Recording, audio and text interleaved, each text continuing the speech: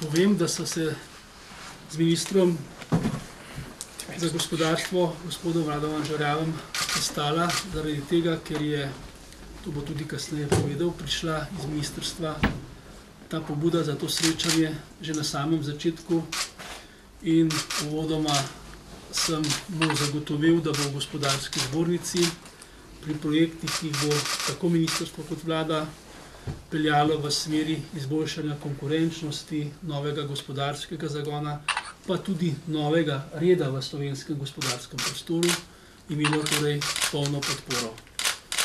In upam, da bomo skupaj z skupnimi izkušnjami, znanji, naporom in ambicijami uspeli narediti slovensko gospodarstvo bolj konkurenčno.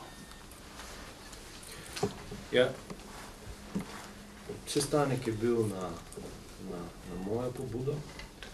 Vsekakor se mi kot ministru za gospodarstvo zdi zelo pomembno, da ima Ministrstvo za gospodarsko zbornico v tem kriznem času zelo tesne stike. Pogovarjali smo se tudi zelo konkretno, pogovarjala smo se zelo konkretno. V tem trenutku veste, da intenzivno pripravljamo rebalans proračuna, v katerem bodo seveda zajeti tudi to, kar smo napovedovali za gospodarstvo, ukrepi v smeri finančne razbremenitve. Pa vendarle sam vidim, da lahko z roko v roki naredimo marsikaj za to, da bo poslovno okolje v Sloveniji za slovensko podjetništvo, za slovensko gospodarstvo bolj prijazno, da ne bom rekel bolj konkurenčno. Namreč tudi kakšni administrativni ukrepi, ki jih lahko izvedemo, se na koncu v gospodarstvu reflektirajo skozi denar, skozi evro. In zdi se mi pomembno, da pa na tem segmentu delamo z roki v roki. Dogovorjeno je, lahko povem, zmenila smo se že za 1. marec za en operativni sestanek, kakorkoli bi rekel, delavnico z gospodarstveniki, ki bodo poklicani strani zbornice. Rekla sva, kako udarec na 1. marec. Resno srečanje gospodarstvenikov, kjer bomo poskušali pa iskati ravno te premike, ki jih lahko naredimo za dobro voljo, ki pa bodo vplivali na konkurenčnost ali pa na poslovno okolje, če bo konkurenčnejše poslovno okolje, poslovno okolje, ki bo prijaznejše. Namreč, kaj je moj cilj?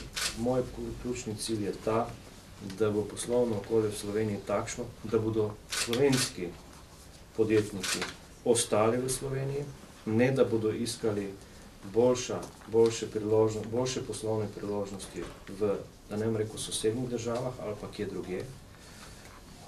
Namreč, če bomo to dosegli, verjamem, da bodo velikim veseljem prihajali v Slovenijo, v slovensko poslovno okolje, tudi tuji investitorji, to, kar pa je seveda ključna prioriteta mojega delovanja. Naše mnenje je, da gospodarska diplomacija predstavlja dejavnost, ki odstopa od politične diplomacije, ker je to po vsebini drugačno delovanje in zato podpiramo, da se gospodarska diplomacija osamosvoji in ukrepi znotraj Ministrstva za gospodarstvo. V Sloveniji imamo dosti dobrih zgodb, danes sva govorila tudi o tem, da je bil izvoz v letu 2011 večji, kot je bil izvoz leta 2008. Imamo številna dobra gospodarske panoge, istočasno imamo pa številne probleme in želim si, da bi z neko celovito razvojno industrijsko politiko pripravili nabor takih ukrepov in take okoliščine, da bomo res lahko potem imeli nek optimizem glede prihodnosti.